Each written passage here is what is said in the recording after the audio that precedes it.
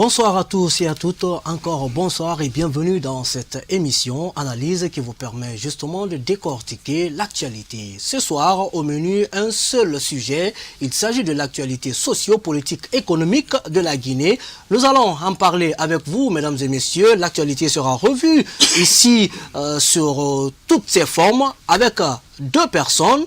En première position, Idrissa Condé, notre analyste de toutes les soirées. Bonsoir Idrissa. Bonsoir à vous, monsieur Traoré, et bonsoir à nos téléspectateurs. Bon début de semaine. Merci, c'est un plaisir d'être dans notre émission Analyse. Le nœud de cravate est joli, hein? Ah, merci beaucoup, cher ami. Voilà, et nous avons le président de la Guidad et aussi vice-président de la CONASOG.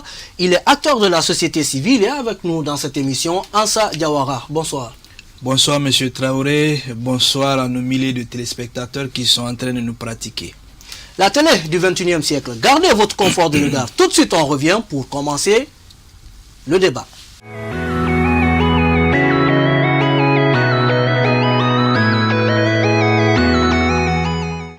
Bonsoir à tous, de retour sur ce plateau. Idrissa Condé, à ma compagnie analyste, et Ansa Diawara, vice-président de la CONASOG et en même temps président de la Guidada. Monsieur Diawara, rebonsoir. Alors aujourd'hui, l'actualité est marquée par beaucoup d'infos, surtout cette actualité, nous allons l'aborder tout à l'heure, l'élection des exécutifs communaux à Conakry et un peu partout dans le pays. La question aujourd'hui brûle les lèvres, mais déjà, vous êtes sur ce plateau. Dites-nous aujourd'hui quel est le regard que vous avez justement sur la vie sociopolitique en général dans le pays. Bien, merci. Je dis encore une fois bonsoir aux milliers de téléspectateurs qui sont en train de nous pratiquer. Aujourd'hui, en tout cas nous, activistes de la société civile, nous sommes en train de vivre ce que nous avions prévu. Parce que depuis longtemps, la société civile a essayé d'alerter, et après avoir veillé, d'alerter les politiques pour dire que par rapport à nos lois, voici ce qui est profitable aux citoyens, voici ce qui est bien pour la Guinée. Quand vous prenez le contour électoral, nous avions d'abord proposé que ces élections-là soient des élections citoyennes. Autrement dit, à part entière, ces élections-là appartenaient aux citoyens.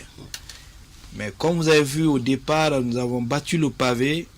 Malheureusement, nous n'avions pas été entendus. Les politiques se sont accaparés, en l'occurrence les deux grands partis, le RPG Arc-en-Ciel et l'UFDG.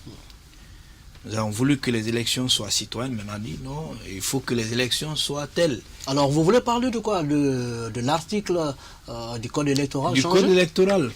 Tout a commencé là. On a écarté les citoyens et un peu devant, nous avions. Mais comment vous expliquez que les citoyens ont été écartés? Pourtant, les citoyens, c'est eux qui votent en même temps. Voilà, quand je dis les citoyens ont été écartés, c'est parce que c'était des candidatures citoyennes, ce n'était pas pour des partis politiques. On n'avait pas besoin d'élire, de choisir un chef de quartier, on a besoin de les élire. Les maires, on les élit. Donc voilà, mais on a dit que non, c'est une jaune, tous les partis politiques doivent s'intéresser jusqu'à aller à dire que les chefs de quartier seraient élus au prorata des résultats obtenus aux élections communales. Donc voilà ce que nous avons reproché, ce que nous avons condamné, mais on n'a pas été écouté. Après ça, on a fait les élections. Nous avions dit de respecter et faire respecter nos lois électorales que nous-mêmes nous avions adoptées. Alors, parce qu'en principe, les élections constituent un processus. Et ce processus, c'est comme les roues qui tournent autour des dents. Lorsqu'une dent est cassée, tout de suite la machine s'arrête. Donc nous avions dit qu'il fallait respecter ce processus. Malheureusement, on ne l'a pas fait. Regardez tout récemment, après les élections, en principe, ce que la loi dit, effectivement, heureusement que le juriste est là, la loi dit que après l'élection, ceux-là, notre code, ceux-là qui ont des plaintes à formuler les formulent auprès des tribunaux. Mais après que la CENI finit de proclamer, il n'y a pas de recours. Mais on a vu ici, après que tout cela est fait... Une épineuse question qui nous a ramené quand même très loin, dans ce processus électoral.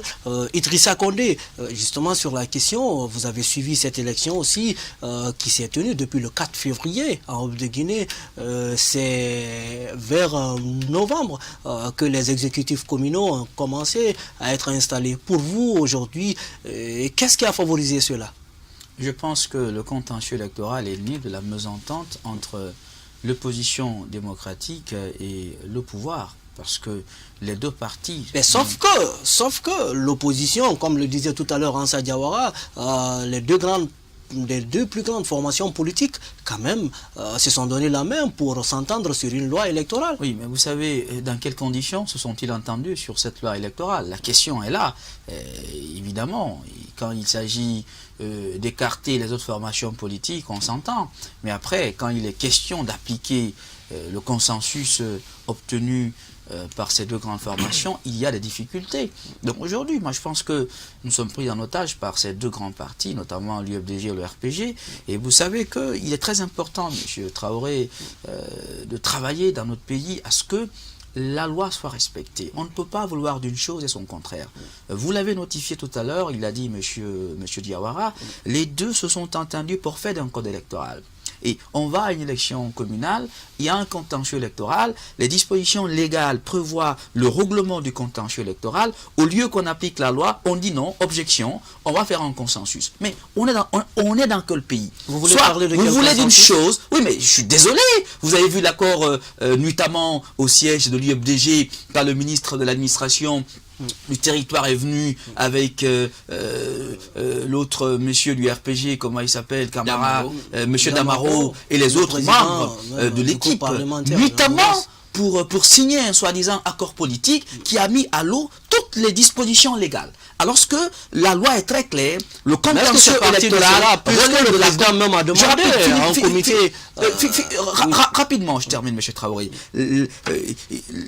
La loi donne la prérogative aux magistrats, seulement aux magistrats, de vider le contentieux électoral. Vous avez vu qu'ici, on a sali les magistrats et que les décisions des magistrats ont été remises en cause. Ça a bloqué le processus électoral. Et vous avez vu après ce qui s'est passé à Kindia, ce qui se passe maintenant à Matoto et ce qui s'est passé à Dubreka. Donc globalement, il y a une irresponsabilité politique à un moment donné des acteurs politiques qui nous ont plongés dans des crises inutiles. On aurait pu achever l'installation sur toute l'étendue du territoire national des exécutifs communaux dans les délais légaux si on avait été dans l'esprit de la loi.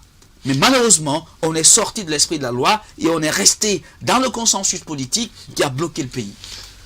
4 février 2018, s'est tenu ces élections à la base. Aujourd'hui, nous assistons toujours à l'installation des exécutifs communaux dans le pays. À quelques endroits, encore beaucoup de problèmes entre opposition et mouvance.